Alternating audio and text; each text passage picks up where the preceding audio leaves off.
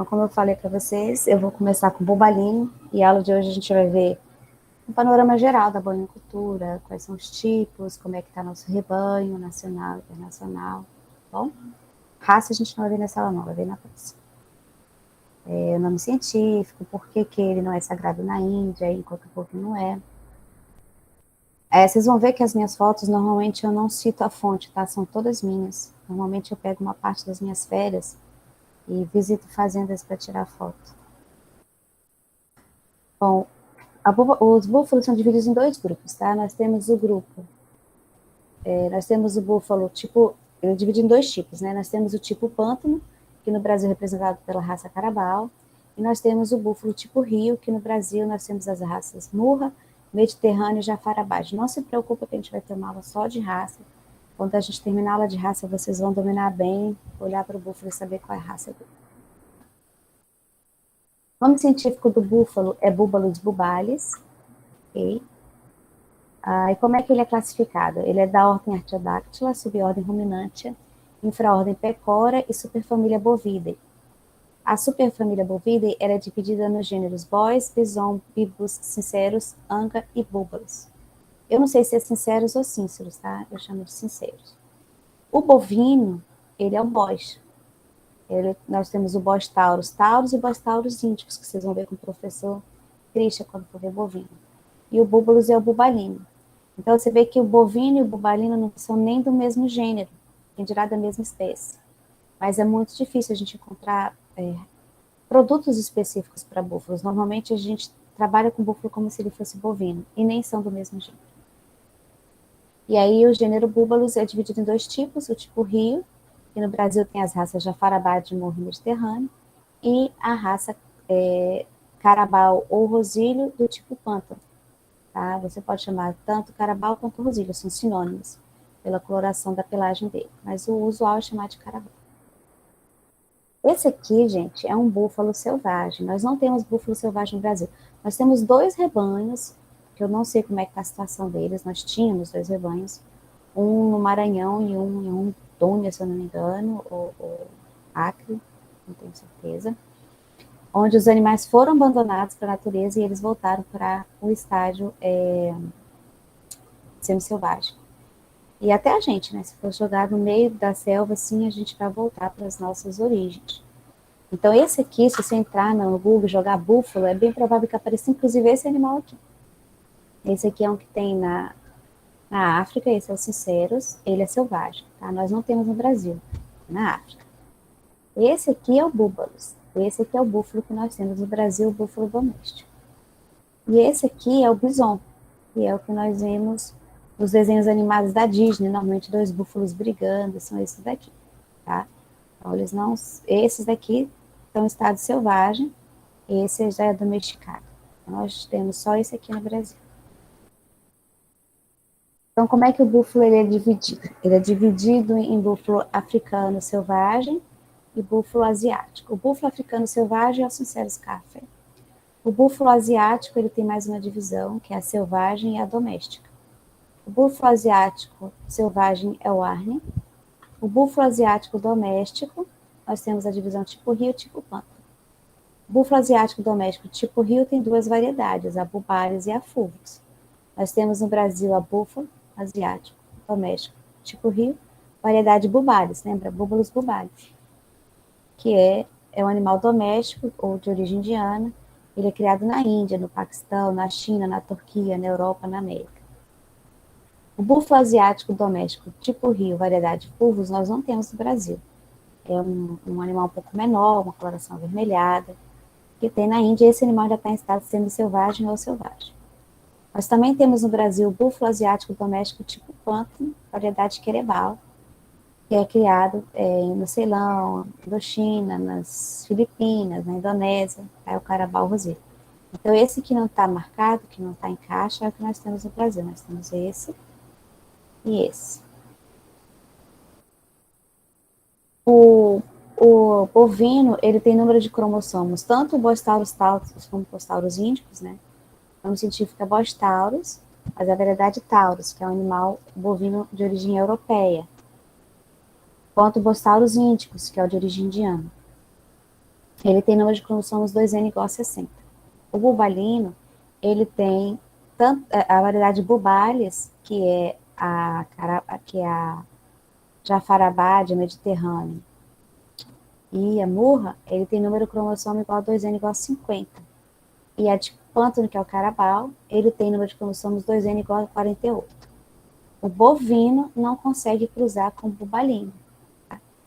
Mas o bubalino tipo pântano e o tipo rio conseguem cruzar entre si, e eles vão dar um descendente fértil com o número de cromossomos 2N igual a 49. Lá na Índia, vocês sabem que o bovino, ele é sagrado, né? Oi? O número de cromossomos influencia, né? Então, se eles podem ou não cruzar, não é? Sim.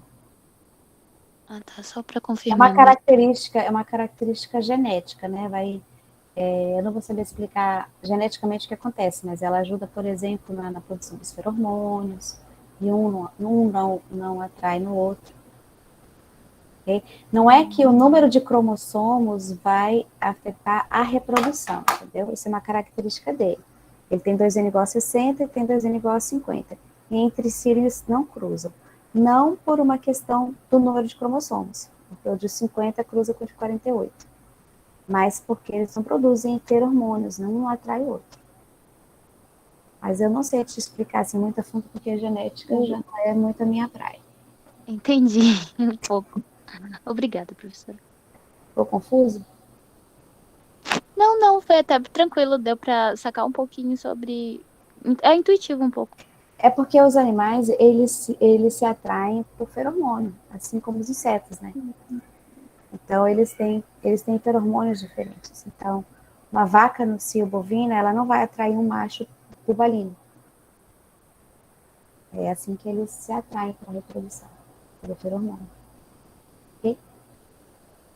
Bom, então lá na Índia, nós sabemos que os bovinos, eles são considerados sagrados. Vocês sabiam disso, né? Porque eles Sim. são considerados sagrados, eles não consomem a carne e nem o leite desses animais.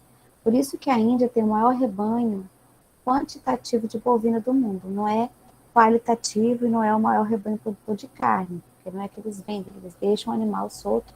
Inclusive, você percebe que as pessoas, mesmo muito humildes, elas se esforçam para decorar, para deixar a sua vaquinha mais bonita possível.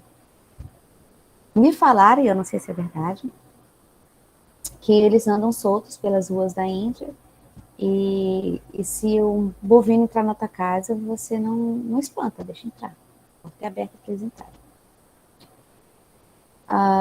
Já o búfalo não é considerado sagrado. Como o búfalo não é considerado sagrado, eles comercializam.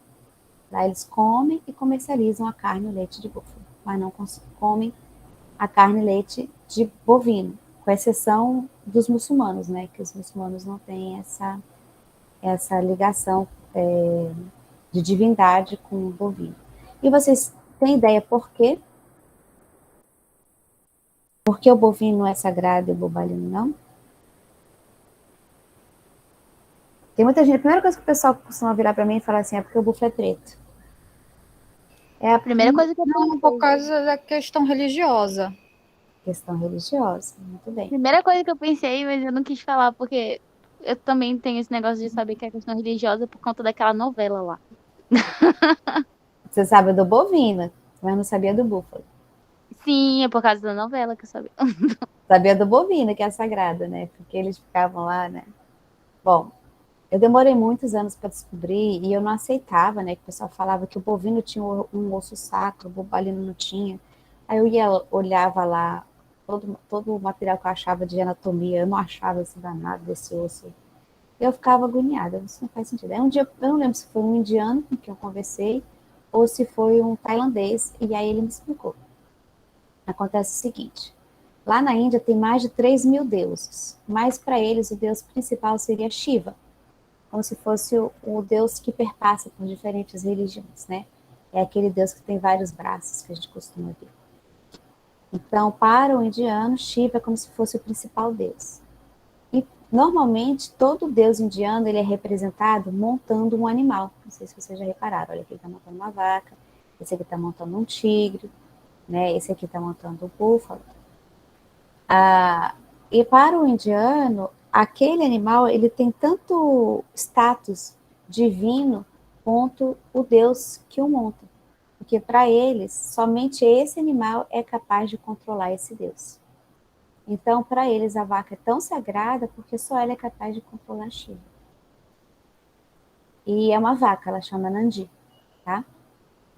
Por outro lado, Durga, que é essa deusa aqui, ela é representada segurando várias armas que ela recebeu e dons de diferentes deuses, né? Por quê? Ela teria como missão matar. Aí tem gente que diz que é a morte, tem gente que diz que é o demônio, ou a morte ou o demônio, que eles representam através de um búfalo.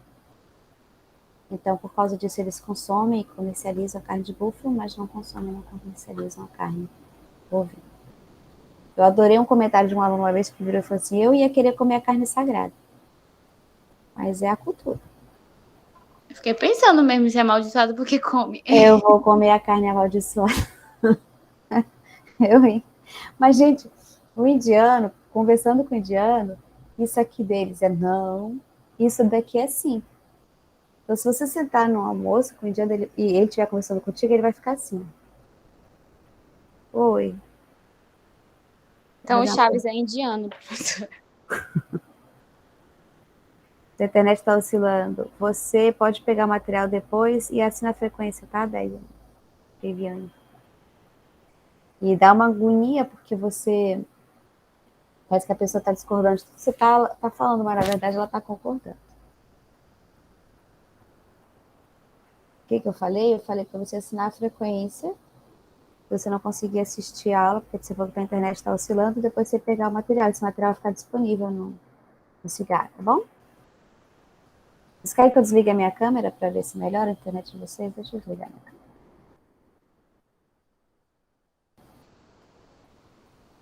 Vamos ver se melhora.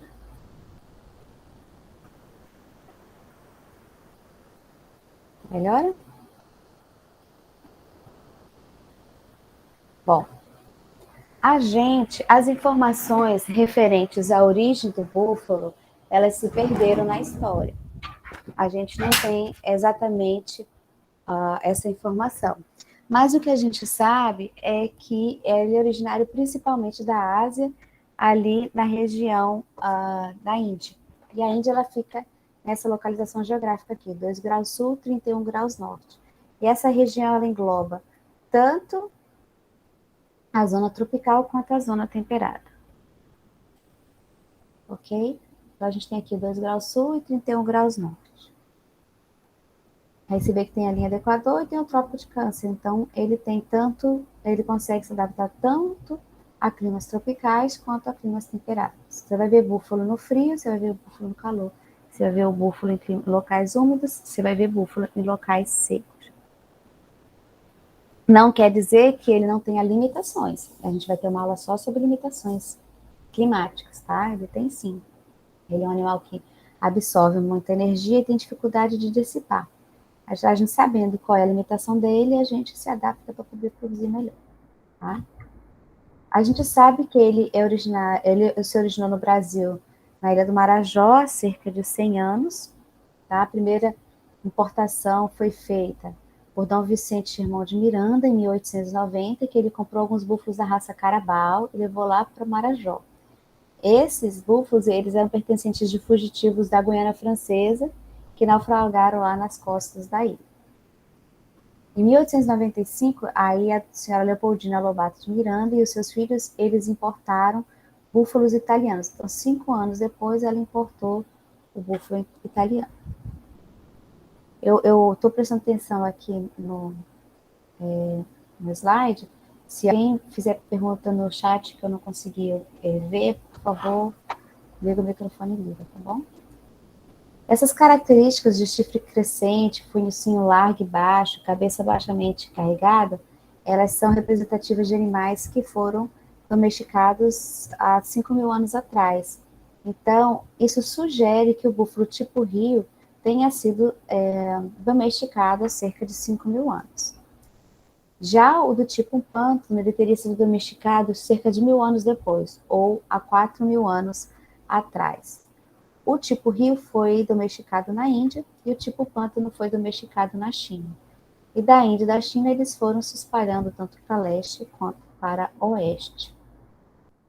Os búfalos eles foram levados então para o Egito pelos árabes no século IX e foram introduzidos na Europa por peregrinos e por cruzadas quando eles retornavam da Terra Sagrada durante a Idade Média. E aí só em 1890 e 1895 é que eles vieram para cá, para a Guiana Francesa, Trindade e Tobago e Brasil. E só em 1910 e 1920 é que eles foram para a Argentina, Venezuela e também alguns países da Europa. E qual a importância do búfalo? A primeira importância do búfalo é uma importância social que toda atividade rural tem, né, gente? Que é permanecer, que é fazer com que fixe o homem no campo. Eu estava olhando aqui a hora para não passar. Que é para fixar o homem no campo, né? Evitar o êxodo rural. A outra importância social da bovinocultura é ser uma fonte de alimento em regiões alagadas, né? O búfalo, diferente do bovino, ele consegue caminhar na várzea. O bovino, se você colocar um bovino na várzea, ele vai atolar. Vocês já andaram na várzea alguma vez? A gente fica presa, né? Não consegue sair. É difícil, né? Já não é difícil, Alexandre? Andar na várzea? Tem que saber andar na várzea. É difícil mesmo. Tem que andar rápido, porque senão, se criar vácuo para a gente sair, é difícil, né? Eu já passei pelo vexame de ter que ser guinchada pelos meus estagiários. Eu não consegui sair de lá de jeito nenhum. Então, o bovino, ele anda na várzea, e vocês podem perceber isso lá na zootecnia, que é aquela parte ali quase toda por trás, onde estão os búfalos, é várzea, tirando essa faixinha mais próxima da cerca, para trás é tudo várzea. E você vai ver que o búfalo anda ali fácil, fácil. Se colocar um bovino, ele fica preso. E aí, quem é que vai conseguir puxar um animal de 500 quilos, de 400 quilos? Ele acaba morrendo.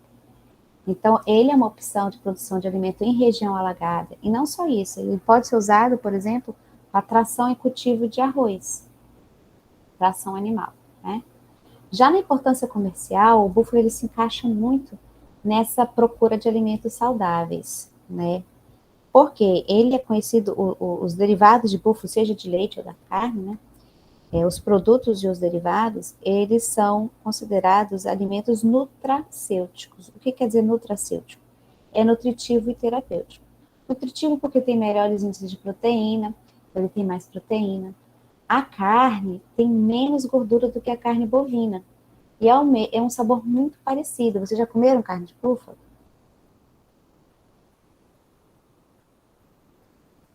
Sim ou não? Sim. Não. Já quem já comeu carne de búfalo, fala para mim, achou parecido com o gosto da carne bovina? Percebeu a diferença? Pode pegar o microfone e contar, compartilha com a galera. Achou mais Ela macio? é um pouco mais macia e tem menos gordura. É, só na textura. Mas se não me dissessem, eu ia comer e ia dizer. Comer carne de búfalo.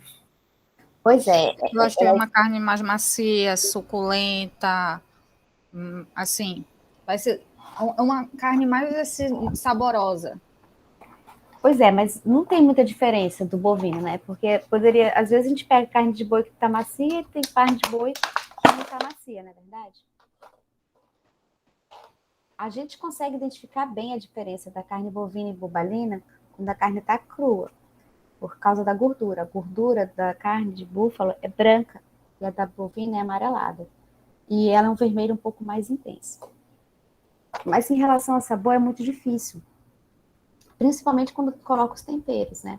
Então, se eu fizer um bife com carne de búfalo, um bife de carne bovina, a pessoa vai ter uma dificuldade de perceber a diferença. No churrasco fica mais fácil, porque realmente aí não tem comparação, né? A carne de búfalo vai ser muito mais saborosa. Quando o animal é jovem. Quando o animal é mais velho, aí a carne fica absurdamente dura. O que acontece? Como ele tem menos gordura, e ele chega a ter 20 vezes menos gordura do que a carne bovina, não é 20% menos. Ele tem de 12 a 20 vezes menos gordura do que a carne bovina. O sabor, a suculência que vocês estão falando, que a gente associa à gordura na carne bovina, a gente não associa na carne bobalina a gordura, porque ele praticamente não tem gordura, principalmente a gordura entremeada. Ele tem mais aquela gordura de cobertura. A gordura entremeada é aquela gordura que a gente, quando vai tirar um bife, aquele nervinho lá que fica todo entremeado na carne. O búfalo praticamente não tem isso. Mas ele fica suculento, ele fica saboroso pelo formato das fibras musculares da carne, tá? Aí, conforme o animal vai ficando mais velho, essas fibras musculares vão mudando o formato e retém menos água, ela fica menos suculenta, fica mais dura. Mas ela tem menos gordura. O leite, por outro lado, tem mais gordura, tá? Tem mais que o dobro de gordura do que o leite de vaca, que é bom. Porque o leite, para você fazer o queijo do leite, o leite ele é água mais sólidos. E a água do leite, se você olhar de modo geral de qualquer espécie, né, ela é em torno de 80% do leite é água. Então, 20% que é o extrato seco, que é a parte seca do leite, que é o que pode transformar em queijo. E a maior fração do extrato seco é a gordura. Então, quanto mais gordura tiver no leite, mais queijo eu faço com menos leite. É o que a gente chama de rendimento industrial. Eu preciso de menos leite para fazer aquela quantidade de queijo. Para vocês terem uma ideia, eu preciso de 10 a 12 litros de leite de vaca para fazer 1 quilo de mussarela, enquanto eu preciso de 5 a 6 litros de leite de búfalo para fazer 1 quilo de mussarela. Então, ele tem uma carne com menos gordura, por outro lado, tem um leite com mais gordura. Colesterol, tanto o leite quanto a carne tem menos colesterol. E esse aqui que é o ácido linoleico conjugado, que o nutricionista humano chama de ômega 6, que é um ácido graxo reconhecido pela Sociedade Americana como tendo um princípio anticancerígeno.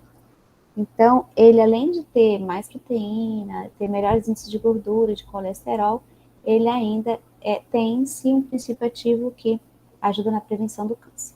Além disso, vocês já ouviram falar no leite tipo A1, A1, A2, A2? Vocês já ouviram falar? Já, professora.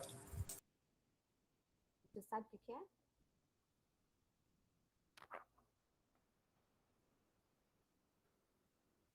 Eu só ouvi falar. É assim. Tudo que a gente estuda na parte animal costuma ter uma velocidade mais rápida do que os estudos humanos. Por isso que já clonou o animal. Por isso que a nutrição animal é muito mais evoluída. A gente está em energia líquida que precisa, e não energia bruta, né? A gente não faz dieta para animal baseada em calorias. A gente já sabe quanto que o animal precisa para produzir, quanto que ele precisa para ganhar. A gente está muito distante disso ainda na nutrição humana. Por quê? Experimentos que a gente pode fazer com o animal, que pode fazer com o humano. E justamente por isso, os nutricionistas humanos ainda não podem fazer as indicações, porque ainda não está provado dentro da ciência deles, o que já está provado dentro da ciência animal.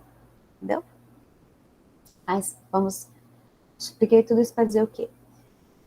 Muitas pessoas, elas têm alergia à lactose. Uma coisa é alergia, tá? Quando a pessoa tem alergia à lactose, ela não produz lactase para quebrar, ou não produz nada, ou produz insuficiente para quebrar a lactose. Então, a pessoa não pode nem tocar, nem sentir o cheiro do queijo, do leite, e ela vai ter uma diarreia violentíssima, que é aquela cena das branquelas. Eu acho que é um filme que todo mundo já viu. A hora que ele come um canapé de queijo, em segundos ele está no banheiro, e é lógico que é maximizado, mas é ao menos aquilo ali. Ele não consegue quebrar o queijo. A lactose. Só que uma coisa é alergia. Alergia existe alergia à lactose, porque a pessoa não produz lactase. Mas existe uma outra coisa que seria a intolerância. Então, você chega hoje no supermercado, tem uma linha enorme de produtos para pessoas intolerantes à lactose. Então, dentro da ciência animal, a gente já sabe que o que causa desconforto, que seria o acumular, né? São os gases, um pouco de diarreia, mas nada tão extremo, não seria a lactose. O que causaria esse desconforto seria a proteína, a beta-caseína A1 presente no leite. Então, essa A1, ela está mais associada a esse desconforto que as pessoas denominaram como sendo intolerância à lactose, tá? Só que esse A1 é o presente principalmente no leite de vaca holandesa, que é a maior parte de leite produzido no mundo, até porque é a vaca maior produtora, é o rebanho que mais produz leite em quantidade, é o holandês. Já existem alguns rebanhos que foram selecionados e melhorados de holandesa para produzir o A2A2. O A2A2, a beta-caseína A2A2, ela não causa esse desconforto, ela não causa esse problema. Para vocês terem uma ideia. E o búfalo, ele produz naturalmente a búfala leite A2A2. Então, é por isso que muita gente consegue consumir o leite de búfalo e não consegue consumir o leite de vaca. E o meu filho, para vocês terem uma ideia, teve intolerância ao meu leite e não teve o de búfalo. Conseguiu consumir. E isso é uma tendência. Então, nós já temos 2 rótulos brasileiros, A2A2, um que é da Agrindos, que é para leite de vaca, que é esse rebanho holandês que foi modificado, e aí ele produz leite de vaca A2A2, e nós temos um de búfalo, que é da Bom Destino, que já está no mercado A2A2. Então, acho que a tendência no mercado no futuro é nem ter leite A, B, C, mas ter leite A1, A2A2. E sair essa linha de zero lactose. Mas isso é assim, em passos lentos, tá? Então, o búfalo, além de ter melhores índices de proteína, gordura, colesterol e ácido linoleico conjugado, ele também é um leite tipo A2A2. Bem interessante, né? E aí, a gente chama de bubalino ou a gente chama de bufalino? Segundo a Embrapa, a gente deve chamar como bubalino pela similaridade do nome científico Búbalos bubalis. A gente chamaria de bufalino se fosse Búbalos bufelis. Essa é a orientação da Embrapa. Mas se você for em países que falam espanhol, lá eles usam a terminologia bufalino, tá? Eles não usam a terminologia bubalino, é bufalino.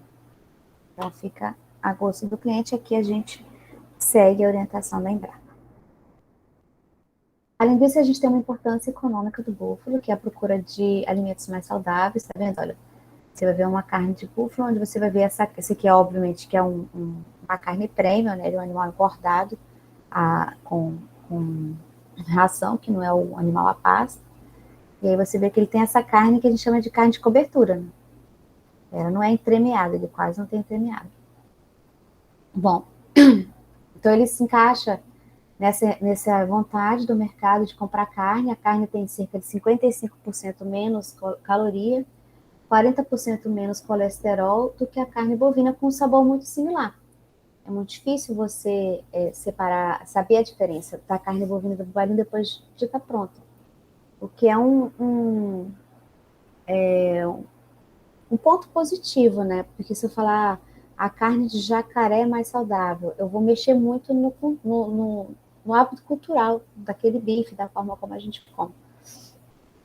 Então, eu posso introduzir um alimento mais saudável sem alterar o meu perfil do consumidor, né?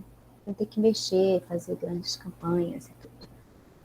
O que acontece é que antigamente se vendia muita carne de búfalo como sendo bovino, mas está tendo uma rejeição por causa da gordura branca. Então, o mercado acha que o consumidor está achando que o animal estava doente. Então, está associando a carne branca, a gordura branca à doença, à palidez. Então, os açougues não estão conseguindo vender bem e isso está dificultando na hora do abate. A gente teve 2 marcas de carne específica aqui no Pará. Uma foi a Baby Buffalo, a outra foi a Baby Black Buffalo, no mercado, para ser um consumo consciente. Só tinha consumo no Brasil consciente de carne bubalina aqui no Rio Grande do Sul. Nos extremos do Brasil. No resto do Brasil, o pessoal mistura a carne bubalina com bovina e vende como se fosse bovina. Já o leite, ele tem mais proteína e tem melhor rendimento industrial, que foi aquilo que eu expliquei para vocês, E ele é considerado o leite que pode ser usado para produzir a verdadeira mozzarella. E a mozzarella está aqui entre aspas, porque ela está escrita em italiano. Mozzarella em português é escrito com C cedilha, e o próprio produtor de mozzarella não gosta da mozzarella com C cedilha. Então, se você pegar as embalagens de leite de mozzarella bubalina, vai estar escrito em italiano, dessa forma. Tá? E por que só o leite de búfala pode ser usado para a produção da verdadeira mozzarella? Porque a mozzarella é um queijo branco. Se você pegar lá o que é produzido com leite de vaca, você vai ver que ele é um queijo bem mais claro do que o queijo prato, do que o cheddar. É uma característica do queijo. Na verdade, a verdadeira mozzarella é 100% branca. E ela é 100% branca porque o leite de búfala é 100% branco. Ele não tem nenhum pigmento amarelo como tem o leite bovino. E por que o leite bovino tem essa pigmentação amarela? Porque o leite, qualquer leite, ele é rico em vitamina A. E o precursor da vitamina A é um beta-caroteno. Então, no leite de vaca, você tem vitamina A e você ainda tem beta-caroteno aí. E nem todo beta-caroteno se transformou em vitamina A. No búfalo, a gente não sabe se o leite tem a vitamina A na sua forma natural ou se ele converteu eficientemente 100% o beta-caroteno em vitamina A. E ele é um animal produtivo e rentável.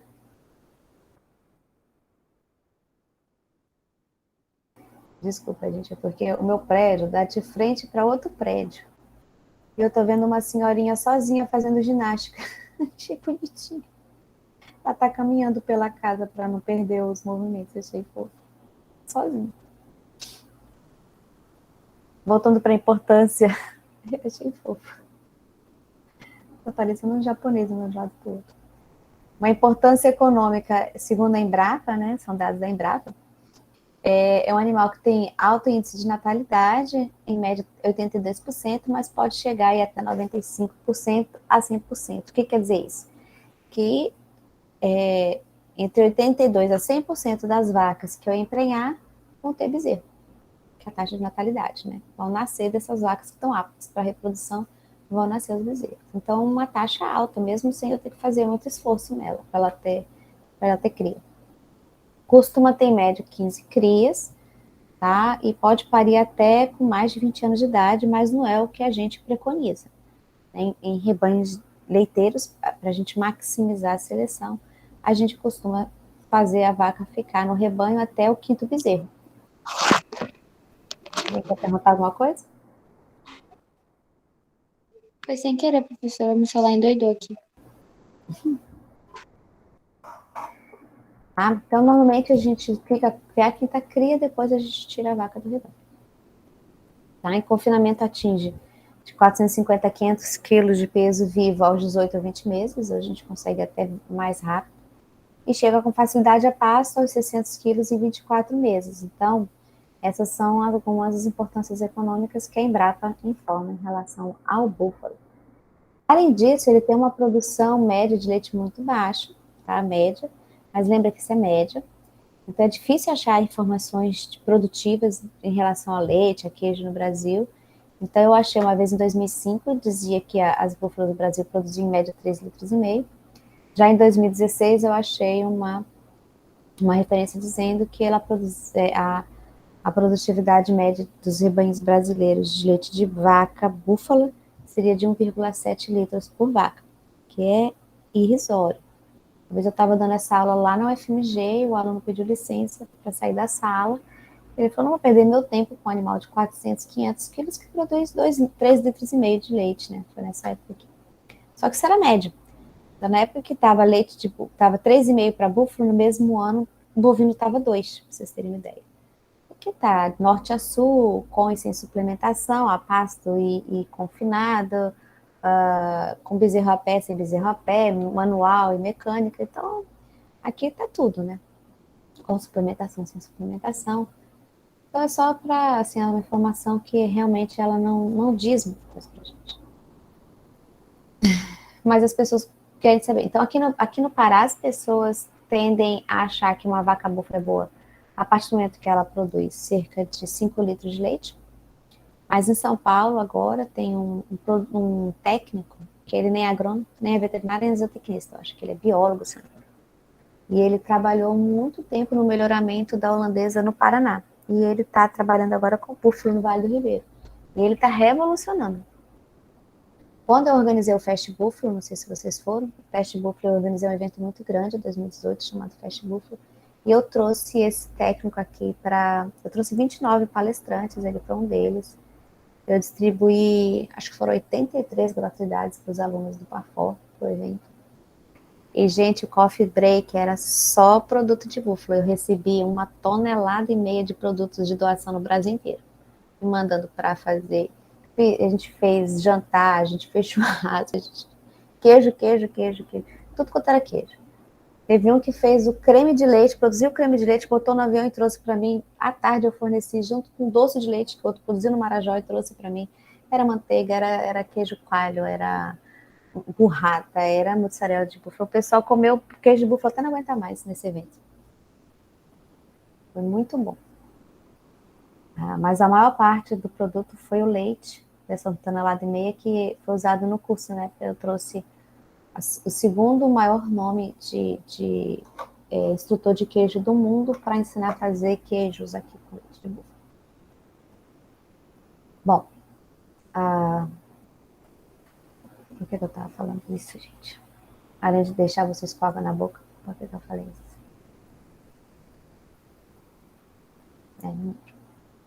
Mas cerca de 13,9% de todo o leite produzido no mundo é de búfalo. Na Índia chega a 51%. Na Índia, a produção de leite de búfalo já representou 70% do leite consumido por ele, tá? Essa aqui é um dado que tem na Índia, tá? Que é bem interessante, eles fazem isso, a gente não faz aqui. A gente sabe muito pouco, o BGE praticamente só computa efetivo, né? Quantos animais tem. Mas eles comparando na Índia, animal cruzado, animal indiano puro, bovino indiano puro, aqui é o meio sangue indiano taurino, vocês vão aprender com o professor Christian sobre cruzamento. E esse aqui é o búfalo, então, isso na Índia. Aqui é a produção laranja. Olha como a produção de búfalo disparado lá é maior do que a do bovino, né, gente? Bem interessante isso. Os animais também, eles têm muito mais animais na Índia. Em lactação, a quantidade de animais. A quantidade de animais em lactação de búfalo é maior também. E a produção diária é a bolinha vermelha. Então, você vê que a produtividade por animal do búfalo também é bem superior à do bovino. A gente não tem essa informação. Então, resumindo, o búfalo tem as 3 primeiras importâncias, que seria a importância social, manter o homem no campo, e uma fonte alternativa de produção de alimentos em regiões alagadas. Tem uma importância comercial, que é a procura por alimentos saudáveis, né, porque tem uma carne e leite que são mais saudáveis. E também tem uma importância econômica, porque é um animal que tem bons índices produtivos, é um animal mais rústico, né? É um animal de múltiplo propósito e tem uma rentabilidade superior. Então, normalmente, o búfalo, ele produz, ele dá uma rentabilidade pelo menos de 25% a mais do que o bovino, no corte. Se for para leite, aí vai depender do volume, né, da quantidade, mas se for uma fazenda com uma quantidade de leite alta, ele pode ter aí de 3 a 7 vezes uma renda maior do que a do bovino. Ele foi sendo espalhado aí pelo mundo entre a década de 70 e 80. Como está o rebanho bubalino? Essa aqui é uma foto que eu tirei lá no Marajó. Como está o rebanho bubalino? O búfalo tem cerca de 206 milhões de cabeças no mundo todo, segundo dados da FAO. E para você ter uma ideia, o bovino tem 1 bilhão e 500 milhões de cabeças. E o bovino são 200 milhões. Então você percebe que a representatividade, a quantidade do búfalo é muito pequena. Difícil até a gente pleitear por vacina, medicamento, ração. A gente tem no Brasil um sal mineral para búfalo, que não é dividido em categorias, e uma ração, né, criada para búfalo. Então, de todo o rebanho que tem no mundo, de búfalo, 97% está na Ásia. Nós temos, então, aqui 206 milhões de búfalos, segundo a FAO, no mundo todo. Então, cresceu um pouquinho, 2 milhões em entre 2018 e 2019. No Pará, segundo dados do IBGE, nós temos 605 mil búfalos. Então, no Brasil tem 1,5 milhão de búfalos, sendo que quase metade está aqui no Pará, né? 422 desses búfalos que estão no Pará estão no Marajó, e do Marajó, desses 422, 190 mil estão em Chaves. O Chaves é o maior município produtor de búfalo do Brasil. A produtividade na Índia e no mundo de bovino e bubalino, tanto de carne quanto de leite, se eu fizer uma comparação do que acontecia em 68 e o que acontecia em 2018, a gente vê que a produtividade por animal, quilo por animal, tanto de carne quanto de leite, ele aumentou. Então, o mundo inteiro está ficando mais eficiente, tentando produzir melhor numa unidade animal para ter que ocupar menos espaço, né? E esse aqui é todo o rebanho de búfalo, segundo a FAO, todos aqueles 200 milhões de cabeças que tem no mundo. E eu pergunto para vocês, olhando para a tabela aqui, quanto que tem na Colômbia? Qual a quantidade de búfalo que tem na Colômbia, olhando por aí? Vocês conseguem ver?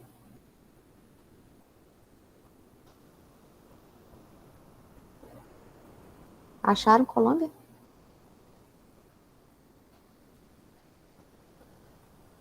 Sim ou não?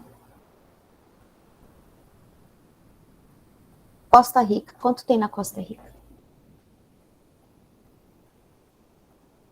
Venezuela. Argentina. Estou falando para vocês alguns países que eu conheço, porque a gente tem no grupo, a gente tem grupo de WhatsApp com produtores de outros países, que a gente sabe que tem rebanhos expressivos. Então, reza informalmente, já falando que a Venezuela tem até mais do que o Brasil, mas que não aparece de jeito nenhum no ranking da FAO, porque eles não têm um órgão como nós temos aqui do IBGE oficial, e a FAO só trabalha com dados oficiais. E aí eu chamei a atenção deles, e eu botei até um pouquinho de terror neles, que eles não existiam para o mundo, então eles nunca vão participar de uma política da FAO, de fomento, porque eles não existem. Mas eles entraram em contato com a FAO, eles quiseram fornecer os dados que eles têm, mas eles não podem. A FAO, ela não capta dados direto de associações, tem que ser de órgão oficial, porque o produtor inventa, né? Fala, ela tem 500 milhões, tem que provar. Ele só trabalha com dados oficiais. E a FAO não possui técnico de campo para ir no mundo inteiro fazer esse levantamento. Então, se você parar para pensar, o Brasil está em 10º lugar, é o 10º maior produtor de búfalo do mundo, e é o primeiro de todo o Ocidente. Então, é correto dizer que o Brasil é o maior produtor de todo o Ocidente terrestre.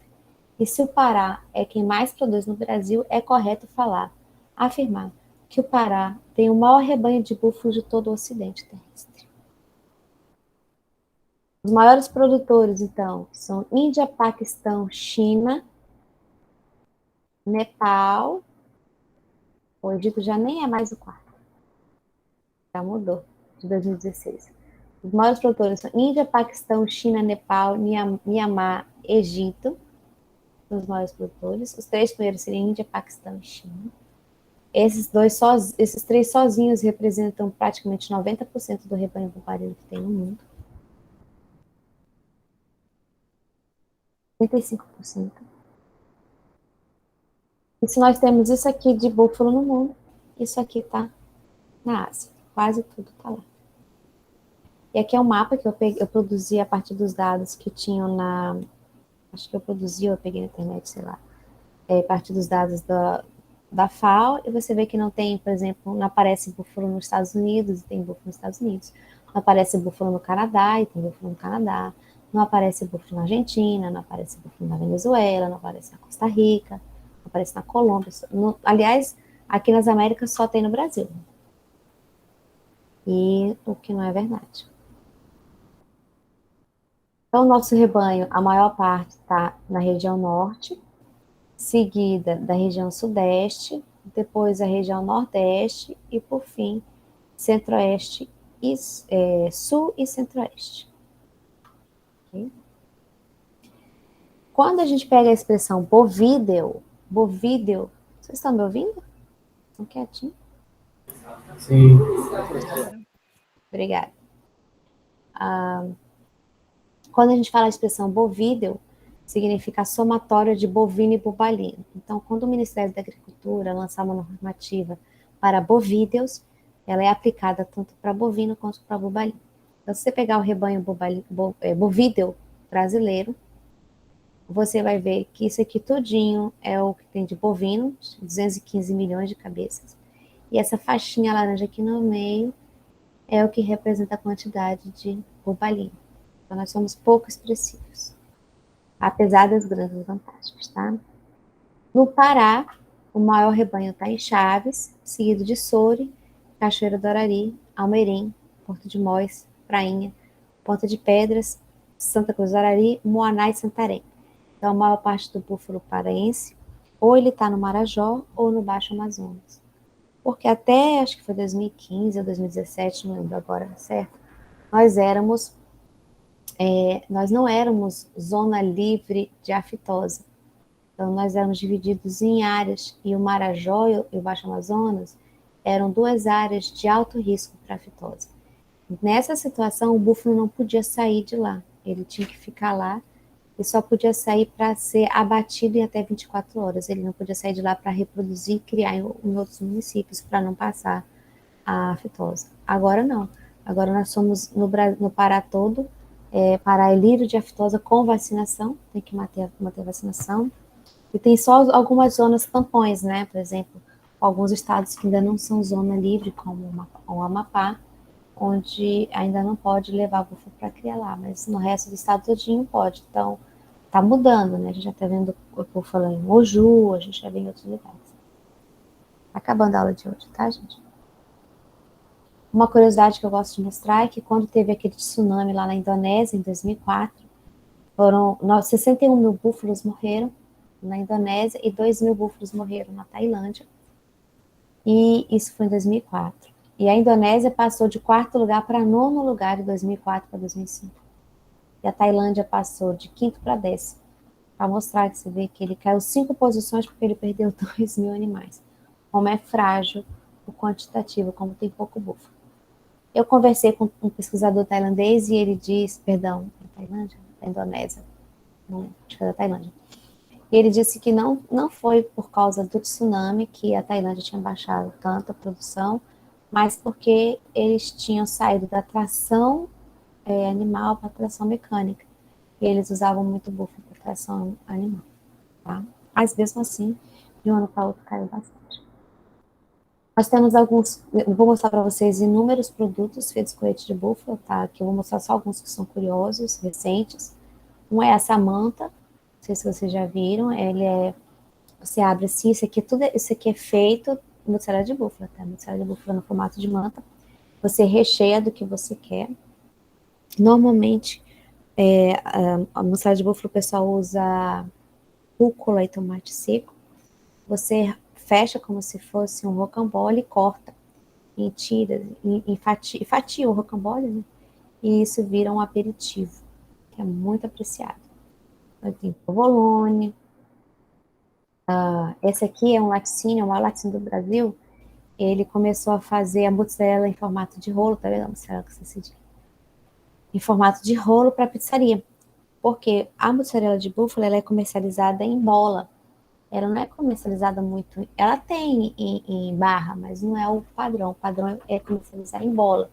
Então a pizza de mussarela de búfalo é diferente daquela pizza que a gente come com queijo, mussarela bovina, que eles fazem tipo trituram, né, o queijo e espalha pela pizza e depois fica aquela placa toda espalhada. A de búfalo não, ela fica como se fossem várias bolinhas derretidas. Então, quando ele vendia em barra para a pizzaria, os clientes não acreditavam. Então, ele começou a fazer assim, um rolo grande para ele poder ter esse. Ele criou a Levitari e a Bom Destino são os maiores laticínios do Brasil. Tá? Eu conheço o laticínio Levitari no interior de São Paulo, eu ainda não conheço a do Bom Destino. Ele tem toda uma linha para animais com restrição à lactose, zero lactose, está vendendo bem. Eu até falei para ele, você não precisaria ter, que ele já é A2, ele falou, deixa, está vendendo, Esse aqui foi um programa de televisão que eles fizeram dos queijos premiados pelo Brasil. Não sei se foi aquele La Repórter, tem um programa desse. E aí, quando aparece uma coisa assim, faz muito sucesso, aparece muito, eu costumo ir lá ver. Aí eu fui lá na fazenda, no interior de São Paulo, para ver como ele fazia o queijo. Ele deixou eu entrar na câmara de maturação, tudo. E ele mostrou esses queijos. Aqui ele faz o curtido no carvão. É gostoso, mas não foi assim nada que eu percebesse. Desculpa. O gosto atenuado do carvão, nem nada. Agora esse aqui eu gostei demais. Esse aqui, um dos melhores queijos que eu já comi na minha vida. Ele faz um queijo curado, depois ele protege com a cera de abelha. E aí fica muito interessante. Quando você mastica o queijo, ele vai mudando o gosto, vai tipo dissolvendo na boca, tipo soufflé, né? Ele vai tendo um efeito na boca, é muito gostoso. E tem esse queijo curado com canela e cachaça. E aí nós temos, então, o búfalo, a gente entra no mercado para a produção de carne, para a produção de leite, para a produção de couro e os derivados, né, do leite. Só que isso eu vou falar para vocês a partir da próxima aula, ok? Então, gente, o conteúdo da aula é esse. Vocês têm dúvida?